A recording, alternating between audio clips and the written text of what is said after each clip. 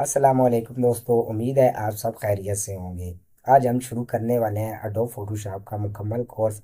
और आज हमारी जो क्लास है वो 1 है। ठीक है जी।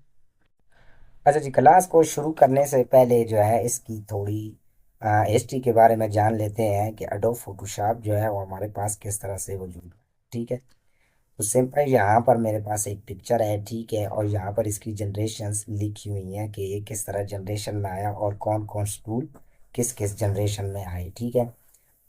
ठीक है। अगर हम इसके बानी की बात करें तो थॉमस कनोल जो है वो इसका बानी है। ठीक है। और इसके साथ उसका भाई जो है जॉन कनोल। ठीक है।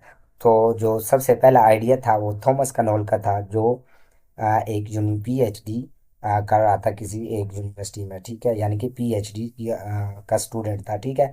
और बेसिकली उसका ये आइडिया था। फिर बाद में उसके भाई जो है जॉन कनोल ने उसकी मदद की। तो फाइनली इन्होंने दोनों ने जो है इसको 1988 में ये जो सॉफ्टवेयर है फोटोशॉप का नाम दिया। ठीक है।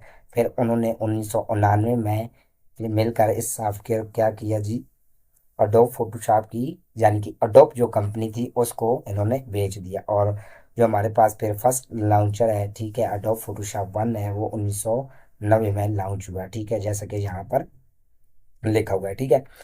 1990 से 1992 तक। ठीक है। यहाँ पर 2x लिखा हुआ है। इसका मतलब है कि इसमें जो अपडेट्स हुई हैं। ठीक है। फॉर एग्जांपल, अगर 1990 में सिर्फ इसमें एक टूल था, ठीक है, तो हो सकता है उसके 5 महीने बाद एक अगला टूल ऐड हो गया हो।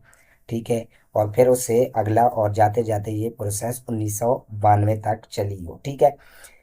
ठीक है। यानी कि अगर पहला रेक्टेंगुलर टूल आ गया तो फिर दूसरा ब्रश टूल आ गया। छोटी छोटी अपडेट करते करते इसमें मजीद टूल ऐड हुए। इसी तरह फिर 1994 में, चुरानवे में फिर हमारे पास लेयर्स आ गई। ठीक है। अब 1990 से लेकर 1992 तक क्या था, हमारे पास एक लेयर्स होती थी, उसमें हम एक ही लेयर्स पर काम करते थे। ठीक है। अब जो 1994 में हमारे पास तीसरी अपडेट आई है फोटोशॉप की, यानी कि वर्जन 3 आया है। तो उसमें फिर क्या हुआ है कि मल्टीपल लेयर्स आ गई हैं। यानी कि आप एक लेयर्स को अलग तरीके से एडिट कर सकते हैं, दूसरे को अलग एडिट कर सकते हैं अपनी मर्जी से। यानी बिना एक लेयर को ख़राब किए हम दूसरे लेयर पर काम कर सकते हैं। ठीक है। इसी तरीके से फिर आगे हमारे पास जहाँ पर कर्ज आ गए। ठीक है। कर्ज टूल आ गया, एक्शन आ गए। ठीक है। एक्शन के मुताबिक हम अपने काम को रिकॉर्ड करके फिर वहाँ से एडिट कर सकते हैं। ठीक है। और कर्ज जो है वो रोशनाई के लिए इस्तेमाल होता है। ठीक है। हम पिक्चर पर रोशनी लाने के लिए या उसको डार्क करने के लिए हम कर्ज इस्तेमाल करते हैं। ठीक है। अब 2000 से लेकर 2002 तक जो 6 और 7 वर्जन आए हैं। ठीक है। उसमें फिर टेक्स्ट टूल आ गया है। ठीक है। हेलिंग ब्रश टूल आ गया। अब टेक्स्ट टूल हम किसी भी पिक्चर पर नाम ऐड कर सकते हैं। जैसे कि अब हम बिजनेस कार्ड्स बनाते हैं तो फिर टेक्स्ट टूल उसमें बहुत ज़्यादा इस्तेमाल होता है। ठीक है। हेलिंग ब्रश टूल फिर हम फोटो को एडिट करने के लिए इस्तेमाल करते हैं। दाग धब्बे जैसे कि यहाँ पर निशान बना हुआ है उनको हटाने के लिए इस्तेमाल करते हैं। ठीक है। तो ये बेसिक इसकी हिस्ट्री है। ठीक है। अगर आप मज़ीद जानना चाहते हैं तो फिर आप गूगल पर सर्च कर सकते हैं, वो आपको हिस्ट्री जो है सामने आ जाएगी। ठीक है। तो चलते हैं फोटोशॉप की तरफ। ठीक है जी, फाइनली हम जो है फोटोशॉप के इंटरफेस पर आ चुके हैं। ठीक है। अब यहाँ पर हमारे पास जो सबसे पहले ऑप्शन है ये मेन्यू बार कहलाता है। ठीक है। इससे नीचे ऑप्शन बार है।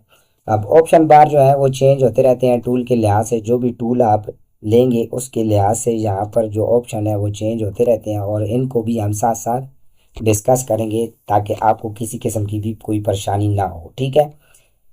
और ये हमारे पास जहाँ पर टूल मौजूद है ये टूल बार कहलाता है। इस साइड पर हमारे पास पैनल्स हैं। अगर आपके पास पैनल्स या टूल बार ना हो, ठीक है, तो ये आप सिंपल यहाँ विंडो में आकर ये चीज़ें ले सकती हैं। ठीक है। और फिर यहाँ पर वर्क स्पेस है, ये आप खुद क्रिएट कर सकते हैं। किस तरह क्रिएट करेंगे वो फिर आगे हम चलकर डिस्कस करेंगे। ठीक है।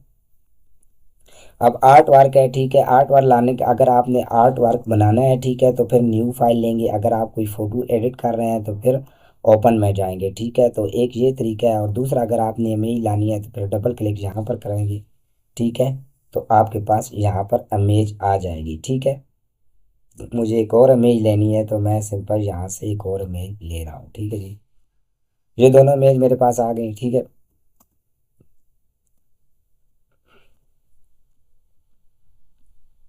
ठीक है।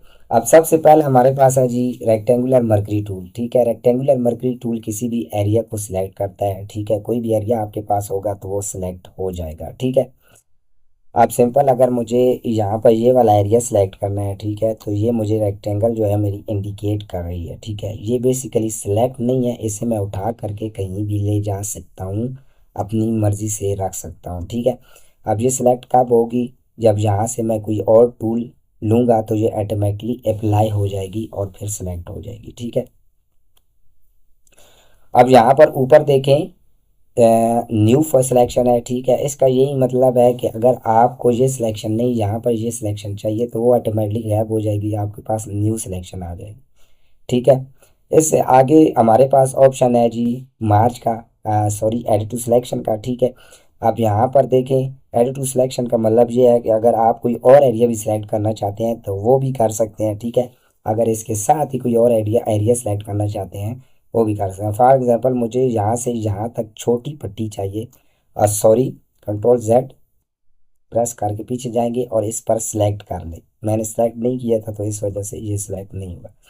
ठीक है, अब यहाँ पर से मुझे यहाँ तक छोटी पट्टी चाहिए तो सिंपल मैं यहाँ से यहाँ तक करूँगा तो ये मेरा इस तरह एरिया सेलेक्ट हो जाएगा। अब मुझे ये वाला थोड़ा सा पोर्शन चाहिए तो ये वाला भी इस तरीके से सिलेक्ट होगा।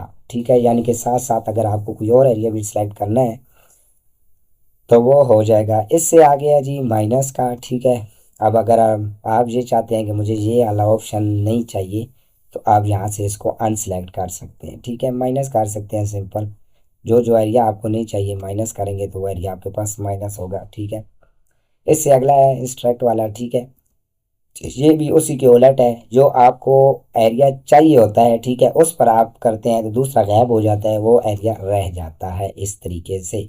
ठीक है, मुझे फॉर एग्जांपल ये डब बॉक्स चाहिए तो ये वाला बॉक्स ही सिर्फ रह जाएगा। ठीक है, तो और ये होप ये वाले ऑप्शन आपको समझ आ गए होंगे। ठीक है, तो अब यहाँ पर इसको थोड़ा काम लेते हैं, इसका काम क्या है। ठीक है, अब मैं न्यू सिलेक्शन ले रहा हूँ सिंपल, यहाँ पर ये वाला एरिया मुझे चाहिए। ठीक है, तो मैं मूव टूल लूँगा और मूव टूल से इसे डिलीट कर लूँगा। ठीक है, यहाँ पर ले आऊँगा। ठीक है, अब यहाँ पर जैसे ही मैंने लाया है, ठीक है, इस पिक्चर पर तो ये आ गया। ठीक है, लेकिन इसके साथ यहाँ पर अगर लेयर पर चलें तो एक और लेयर भी बन गई। ठीक है, अब ये लेयर कैसे बनी है, ठीक है, सिंपल यहाँ पर आए, ठीक है, अप्लाई कर दें और यहाँ पर देखें ऑटो सेलेक्टेड लेयर है। ठीक है, ऑटो सेलेक्टेड लेयर। ठीक है, जैसे ही आपने एक लेयर बनाई है, ठीक है, तो ये आपके पास सॉरी, जैसे ही आपने पिक्चर को इस पिक्चर पर लाया है तो ऑटोमेटिकली हमारे पास जो ऑटो लेयर है वो क्रिएट हो गई है। ठीक है,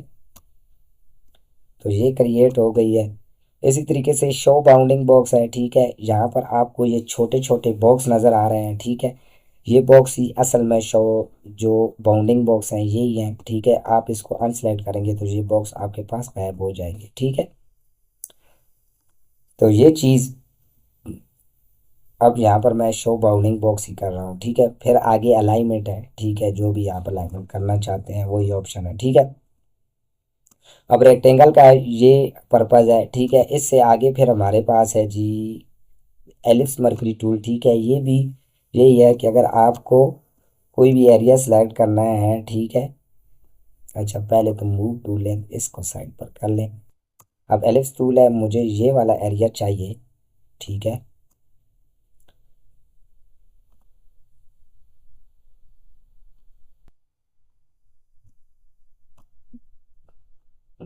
ठीक है जी,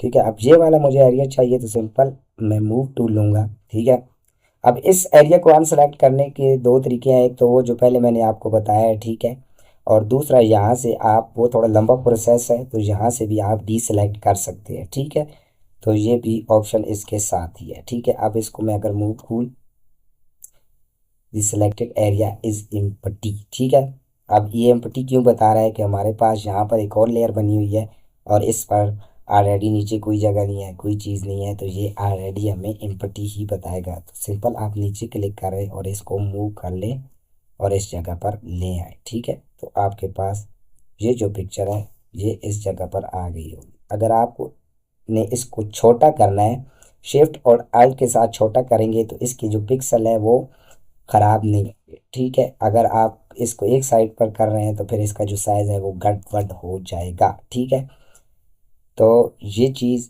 ठीक है, एलिफ टूल की मदद से हम उसको कट करके इधर ले आए। ठीक है, इससे नीचे हमारा अगला हमारे पास है जी, अप्लाई कर रहा हूँ। ठीक है जी,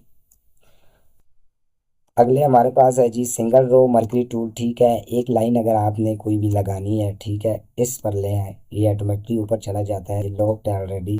इसको अगर मैं अनलॉक करूँ तो क्या होगा, फिर ये वाली चीज़ हमारे पास आ जाएगी। ठीक है, अब इसमें अगर मैं पेंट टूल अप्लाई करूँ, ठीक है, तो ये हमारे पास अप्लाई हो गया है। ठीक है जी, अब डी सेलेक्ट करूँ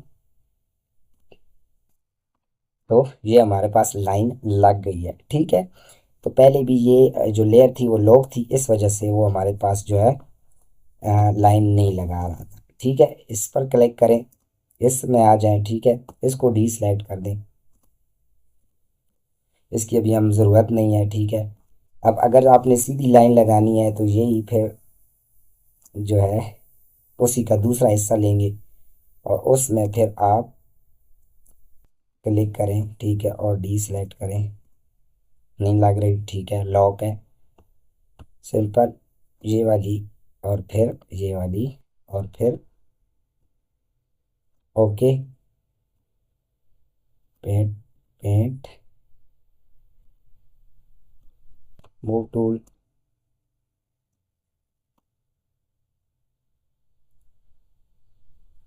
ठीक है जी, सेलेक्ट, पेंट, अप्लाई।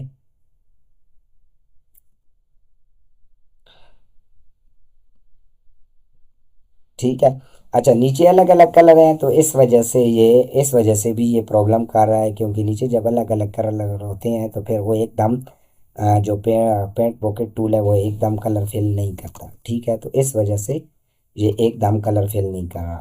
ठीक है, फॉर एग्जांपल ये हम आगे जाकर इसके बारे में पढ़ेंगे तो फिर ये आपको तभी समझ आएगी। ठीक है, अब अगर मैं डी सेलेक्ट करूं, ठीक है, तो ये इस तरह से इसने कुछ लेन लगाई है, क्योंकि नीचे हमारे पास कलर सेम नहीं है। कलर सेम होंगे तो फिर ये एकदम से लगा देगा, अगर कलर सेम नहीं होंगे तो फिर ये इस तरह से लगाएगा। ठीक है, फॉर एग्जांपल यहाँ पर देखें, मैंने सिंपल क्लिक किया है तो इस पर देखें और इस पर देखें। ठीक है, जितने कलर सेम होंगे उतना उस पर पेंट कर देगा। ठीक है, तो ये दो टूल थे, मूव टूल और जो मरकरी टूल है। ठीक है, रेक्टेंगुलर मरकरी टूल। उम्मीद है आपको इनकी समझ आई होगी, इनकी बार बार प्रैक्टिस करें ताकि आपके दिमाग में बैठ जाए। ठीक है, बाज़ औक़ात लेयर का मसला बन जाता है या कोई और ऑप्शन का मसला बन जाता है तो फोटोशॉप में छोटी छोटी चीज़ें एरर करना शुरू कर देती हैं। तो जैसे ही आप प्रैक्टिस करेंगे तो आहिस्ता आहिस्ता आपको इनकी समझ आई होगी, आ जाएगी। तो उम्मीद है आपको ये क्लास पसंद आई होगी। आज की क्लास के लिए इतना ही, मिलते हैं अगली क्लास पर। अल्लाह हाफिज़।